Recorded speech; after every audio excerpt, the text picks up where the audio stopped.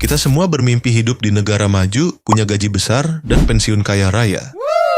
Tapi tahukah Anda, di balik kemakmuran itu, ada fakta finansial yang benar-benar bikin syok? Ada negara yang sengaja membatasi gaji, ada yang memaksa Anda kaya, dan ada yang gajinya besar tapi biaya hidupnya menghabiskan segalanya. Siap-siap terkejut, inilah 8 fakta gila uang dan biaya hidup di negara maju yang bisa bikin Anda kaya, atau justru miskin.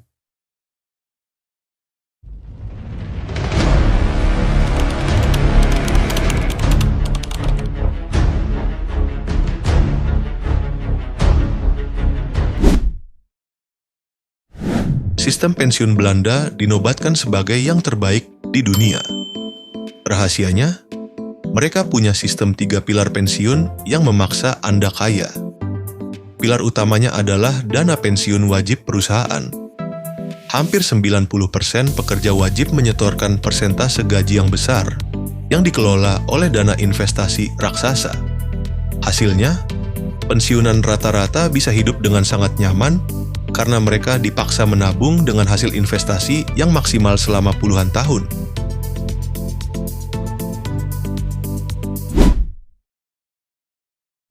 Inilah syok gaji bagi pekerja baru di Singapura. Potongan gaji total mencapai 37%. Uang ini masuk ke CPF, Central Provident Fund, dana tabungan wajib untuk perumahan, kesehatan, dan pensiun. Potongan ini bukan hilang, tapi diinvestasikan dengan bunga 4%.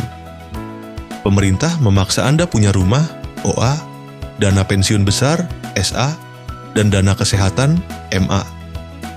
CPF menjamin Anda mandiri finansial di masa tua, tapi harga yang dibayar adalah kontrol total atas gaji Anda saat muda.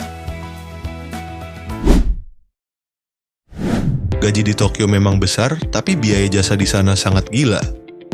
Harga untuk jasa manusia seperti pengasuh anak, babysitter, atau tutor, bisa setara dengan gaji manajer di negara lain. Kenapa? Karena Jepang tidak punya banyak imigran yang mau bekerja di sektor jasa dengan gaji rendah. Hal ini membuat banyak pasangan muda di Jepang memilih tidak punya anak karena biaya pengasuhan di luar rumah yang sangat mahal.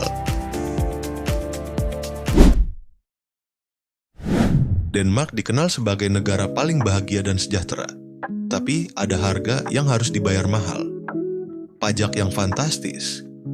Untuk membeli mobil pribadi baru, Denmark mengenakan pajak pendaftaran hingga 150% dari harga mobil. Mobil Toyota seharga 300 juta rupiah bisa menjadi 750 juta rupiah setelah pajak. Kebijakan ini sengaja diterapkan untuk mengurangi emisi, mengurangi kemacetan, dan mendorong warga menggunakan transportasi umum. Swiss sering jadi impian karena gajinya sangat tinggi. Tapi waspada, Swiss juga salah satu negara termahal di dunia. Meskipun Anda bergaji 150 juta rupiah per bulan, harga untuk hal-hal sederhana seperti makan di luar, jasa potong rambut, atau pengasuh anak bisa 3-5 kali lebih mahal dari di AS. Biaya jasa dan sewa yang super mahal membuat sebagian besar gaji besar itu lenyap begitu saja.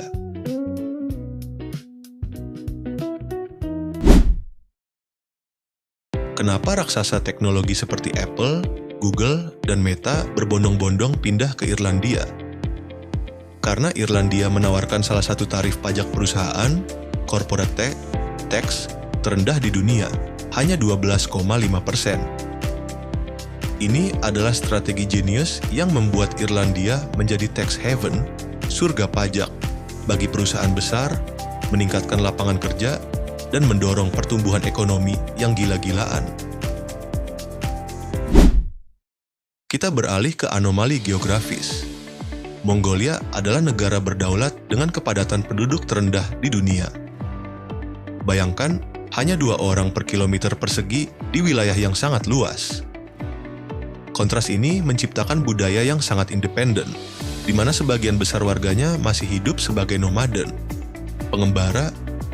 Minimnya populasi dan infrastruktur yang terbatas membuat pengembangan ekonomi modern menjadi tantangan yang unik. Meskipun budayanya mirip Amerika, Australia punya hukum yang sangat ketat tentang konsumsi. Mereka punya undang-undang packaging rokok polos yang sangat ketat, dan beberapa negara bagian punya denda yang keras untuk toko yang menjual makanan junk food di dekat sekolah. Ini adalah upaya negara maju untuk secara aktif melawan obesitas dan ketergantungan pada makanan cepat saji, meskipun ada kebebasan pasar yang besar. Jadi, gaji besar tidak selalu berarti hidup mudah. Dari pajak mobil 150% di Denmark, paksaan menabung di Singapura, hingga biaya babysitter gila di Jepang.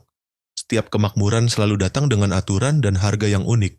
Kalau sistem pensiun wajib, CPF, 37% Singapura diterapkan, apakah Anda akan protes atau justru mendukungnya? Komen di bawah.